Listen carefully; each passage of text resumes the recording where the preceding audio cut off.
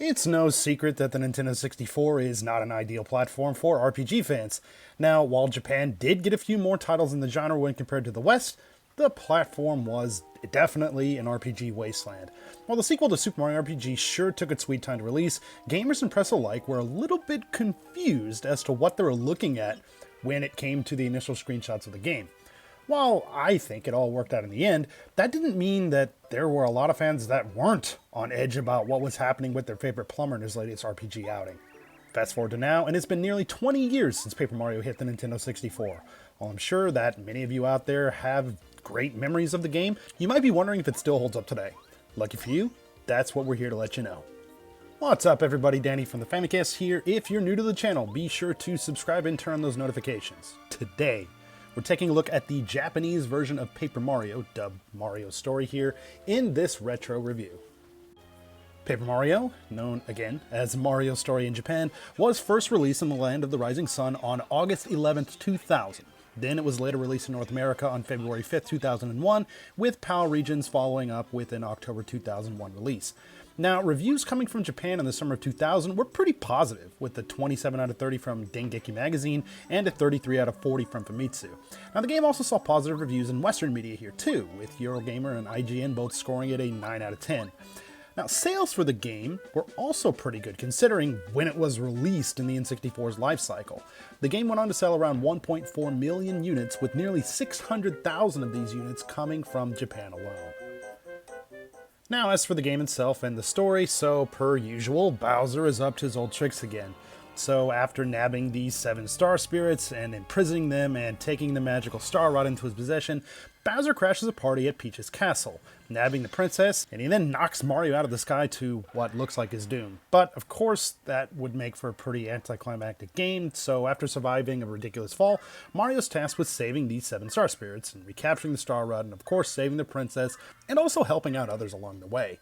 Now, overall, the story beats here are pretty fun, and there are tons of interesting characters and partners that you'll meet along the way. A little bit more on that later. Now, of course, like many of you, I'm sure, I really enjoyed the various interactions with the characters from Mario's perspective, but I also like the cutscenes that always cut away to Peach and Bowser, so you can see what was going on there. Now, playing through the English version years ago, I was always blown away by the localization being funny and cute. Now, it should come as no surprise that the Japanese version is full of the same humor and the cute storytelling here too. Paper Mario doesn't disappoint when it comes to the battle system. Sure, it's definitely very simple when compared to other games in the genre. However, this makes it accessible to younger gamers or gamers out there who are just looking for something just a little bit more simple in the genre. Now, battles here are turn-based, with Mario and a partner character taking on a number of enemies at the same time. Now, although there are 2 characters in your control, characters share flower points, FP, basically magic, and HP. Now, exploring the worlds combine elements of typical RPG exploration and dialogue, as well as some platforming and other action-based elements. You can bash blocks, jump over pits, and even preemptively attack enemies. This all feels very unique, and it fits the overall game perfectly. After a little bit of time with the game, you'll have access to scoring additional, more powerful hits against enemies based on timing with the control stick or the A button. Now, defense works the same way here, so basically press the A button at the right time and you'll reduce the amount of damage that you're going to take. Now, a badge system is also in place here that gives you additional abilities, health buffs, FP buffs, and more. Now, the more you play the game, the more of these you're going to come across, and there are a number of badges that you can pick up throughout the game, so you can definitely mix and match as you see fit. Overall, the system here is fun and pretty easy to get into, yet at the same time requires skill to be able to defeat your enemies in a more efficient manner. As I mentioned earlier, there are several characters that you will meet that will join Mario along his journey. You got Goombario, Cooper, Bombette, Parakarry, Lady Bo, Watt, Sushi, and Lakalester. Now, of course, these characters obviously assist in battle, but they also have their own backstories as well as abilities that they can form while traversing around the world. Now, these moves are necessary to progress in the game at some points or to find secrets that are otherwise inaccessible. Now, this is a cool way to encourage gamers to go and explore the game in a more deep fashion. Similar to how the naming of these characters are humorous or cute in English, the same could be said about the Japanese names. Now, I'm not going to go through every single one of these like throughout the entire game or anything, but I'm just going to kind of focus on a few of the partner characters here and some of the funnier ones to start off with. So let's start off with Goombario. So in Japanese, he's called Kurio. And this comes from obviously the name Mario, and the Japanese name for Goombas, which is Kuribo. So it's basically kind of combining together, and hey, you got Kurio there. Makes perfect sense. Parakarry is known as Pareta in the Japanese version. So the Japanese for paratroopa is Patapata, which is like an onomatopoeia for flying or like flapping wings. Now, this sign is combined with the katakana version of the word letter, leta. So there you have it, Pareta. And Bombette, it's pretty simplistic, just kind of like how it is in English. In Japanese, she is just simply called Pinky. Now, I really got a kick out of some of these names and thought they were pretty cool. Yeah, I hope you found this aspect of it kind of interesting here too. Visually, Paper Mario has a very unique look for a game that was released in the early 2000s. So the paper aesthetic really set the game apart as one of the better looking games on the platform, in my opinion. Now, the mix of 3D environments and these 2D characters can be a little bit jarring at first, but I think it fits into the overall aesthetic perfectly. Now, the animations of Mario and his partners are expressive, and the enemies all look great. Now, some of the travel cutscenes here are cute and funny as well. Like, I really like the travel scene with the whale and the train, as you could probably see here in some of the footage. I mean, they're fun mixes of 3D polygons and that paper look, so I thought that was just really cool.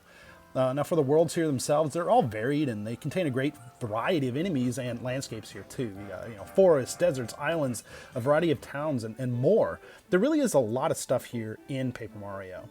I mean, sure, viewing the game on modern displays these days, it might be a little bit blurry, but I really think that this game still holds up all these years later despite that. Now, just to take a trip down memory lane here for a minute, so I bought Paper Mario on the N64 at Software Etc., like this chain of game shops before GameStop bought them out in America. And, well, anyways, this is in my town at a shopping mall, so I went to go pick up the game around the time that it was released. So the night that I bought the game, the staff were kind of confused and really trying to talk me out of buying it. Now you have to remember what the gaming landscape was like at that point in early 2001. So the PS2 was the hottest console available, and one that I didn't have. The Dreamcast was available with a pretty solid library of games, and well on its way to die later on in the year. And the two other brand new consoles were on the horizon from Microsoft and Nintendo.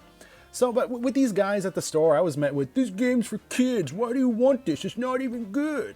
So, I mean, being an avid reader of, gaming reviews and gaming websites and stuff like that back in the day, I knew that this was a game that was worth picking up. So, despite the advice from the quote-unquote experts at Software Etc., I decided to purchase this game that evening. Now, what kind of pissed me off whenever I popped in my quote-unquote new copy of the game into my N64, I was pretty annoyed to find 3 save files already on the cart from the guys at the store that told me it sucked. So after I deleted them from my cart, I just kind of dove in and had some fun with Paper Mario on the 64. Now, for all you collectors out there, Paper Mario isn't that hard to come by, well, the Japanese version at least, and it can be had for relatively cheap here, especially if you're actually buying within Japan. Now, of course, with the game having a completely different title in the West and in Japan, the box arts here are a bit different. Now, the Japanese box features a number of characters on the front in their paper form, including a look at Peach's castle. It's actually pretty similar to the Western box art here, with just a few of the characters and assets being repositioned. It's a clean looking box, but the one thing I've always found a bit weird was how white Mario is here. It's not a huge deal, and it seems to have been modified slightly for the Western release anyways. But yeah, I think both these box arts are great, and if you can get your hands on the Japanese version, I highly recommend it. It looks really great on a shelf, and yeah, it's pretty cool. Getting back into Paper Mario was still a great way to take a trip down memory lane, even though I was playing the Japanese version of the game for the first time. Now, actually, if you're a Japanese learner, Paper Mario is a great game to try out to practice a language. Now, the dialogue here isn't overly difficult, and a majority of the game is in readable hiragana and katakana, with a few low-level kanji mixed in. Even with that said, if you're going to just play through the game in English, I mean, I think now is just a good a time as ever to get into it. Now, although the graphics here are a little bit blurry by today's standards, the overall art aesthetic is really amazing, and it really holds up all these years later. Gameplay's spot on, combat is simple but fun, and while the story won't blow you away, it's a fun journey through and through. If you don't have this game in your collection, what the hell are you waiting for? Go out and get it now.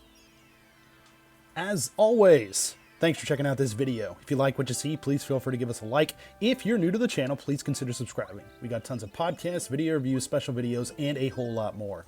Again, this is Danny from the Famicast. Thanks for watching, and we'll catch you later.